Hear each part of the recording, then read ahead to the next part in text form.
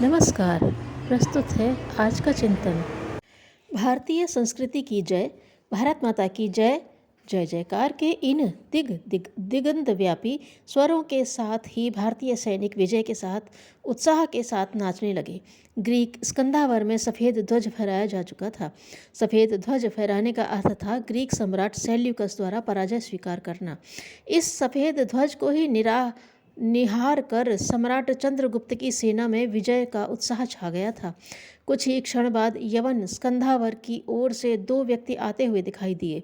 थोड़ी देर में अपने एक सेना नायक के साथ समीप आकर अपनी तलवार दोनों हाथों में थाम उसे घुड़सवार की ओर बढ़ाते हुए सम्राट चंद्रगुप्त ने कहा, नहीं, इसकी आवश्यकता नहीं ग्रीक सम्राट, इसे अपने पास ही रखिए। आपका यहाँ आना ही पर्याप्त है। शक्ति प्रयोग करके भी हम भारतवासी केवल मानवीय विश्वास और शांति की स्थायी भावना को ही जीतना चाहते हैं।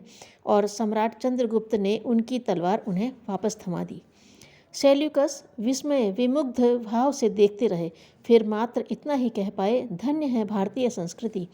हम भारतवासी शत्रुता से अधिक मित्रता निभाने पर विश्वास रखते हैं। ग्रीक सम्राट चंद्रगुप्त ने शांत भाव से निर्दम्भ स्वर में कहा, भारतवर्ष की शिक्षा और संस्कृति इतनी महान है, कभी सोचा भी न था। विस्मय विभोर होते हुए कहा सेल्यूकस ने।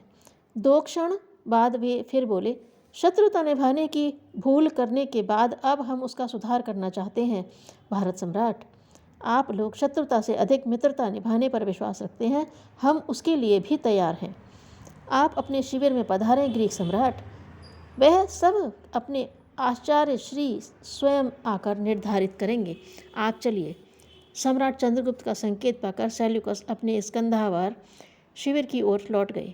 अगली सुबह आचार्य चाणक्य, सम्राट चंद्रगुप्त, सेनापति सिंहरण, अक्षय, मालवगण, प्रमुख उदयन आदि के साथ जब यवन स्कंधावर के समीप पहुँचे तो सम्राट सेल्यूकस और उनके सेना नायक आदि द्वार पर ही उनके स्वागतार्थ प्रतीक्षा कर रहे थे।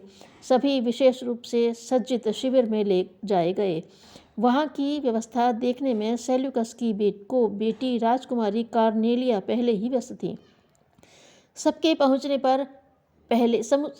पर पहले उसने ग्रीक ढंग से सभी का अभिवादन किया, फिर भारतीय ढंग से हाथ जोड़कर मस्तक झुकाकर अपनी भारतीय भाषा में स्वागत करते हुए बोली, मैं ग्रीक सम्राट सेल्यूकस की कन्या कार्नेलिया, ग्रीक अरस्तु से भी महान आचार्य श्री विष्णुगुप्त चाणक्य, भारत सम्राट और इनके सभी महानुभावों का हार्दिक नमन करती हूँ, स्वागत करती हूँ, पधारिए, विराजिए।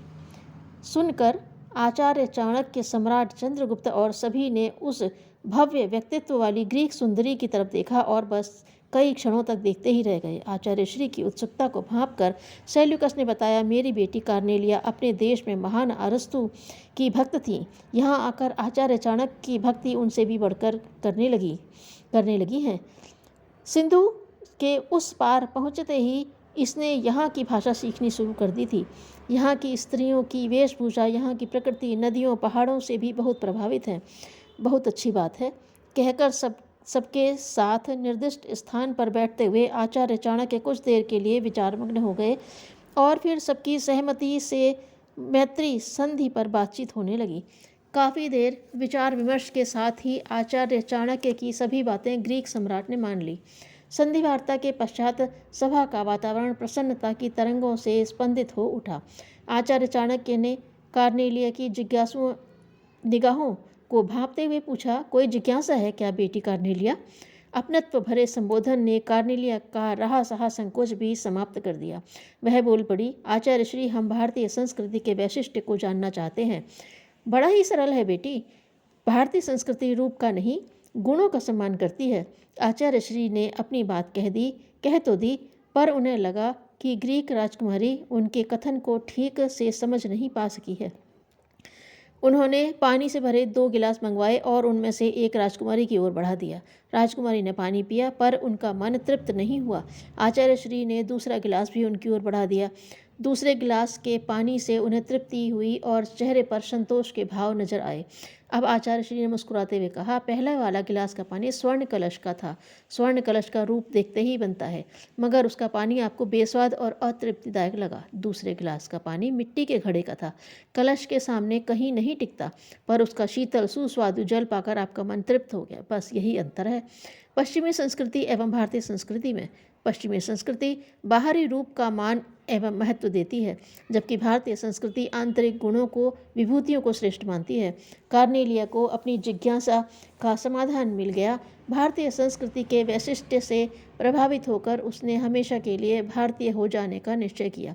आचार्य चाणक्य के आशीर्वाद से सम्राट चंद्रगुप्त की पत्नी और भारत की महारानी बनी। उसका सारा जीवन भारतीय संस्कृति का पर्याय बन गया। एक कहानी। शिष्य ने प्रश्न किया, गुरुवर, जब संसार में सभी आदमी एक ही तत्व से बने हैं तो यह छोटे बड़े का भेदभाव क्यों? गुरु ने उत्तर दिया, वत्स, छोटा बड़ा संसार में कोई नहीं, यह सब अपने अपने आचरण का खेल है। जो सज्जन हैं वे बड़े हो जाते हैं, जबकि नेकी और सज्जनता के अभाव में वही छोटे कहलाने लगते हैं। गुरु ने बात ठीक समझा दी थी, पर शिष्य की समझ में अच्छी तरह बात जमी नहीं। कुछ दिन पीछे राजा की सवारी निकली।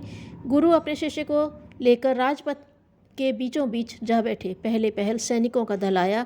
एक सिपाही ने आगे बढ़कर वृद्ध सन्यासी को धक्का मारा और कहा, मूर्ख, मार्ग में बैठा है, पता नहीं महाराज की सवारी आ रही है। सैनिकों के पीछे प्रधान सेनापति था, उसने धक्का तो नहीं दिया। हाँ, वहाँ से हटने के लिए साधु को डांट अवश्य लगाई। इसके बाद मंत्री निकले। उन्होंने बिना कुछ कहे अपना रथ एक ओर से निकाल लिया और आगे बढ़ गए। सबसे पीछे आ रहे महाराज ने सन्यासी को देखा तो रथ से उतरकर उनके पास आए और पूछा, भगवान, आप यहाँ बैठे हैं, कोई कष्ट तो नहीं? हम आपके सेवक हैं और कोई कष्ट हो तो आप कहें।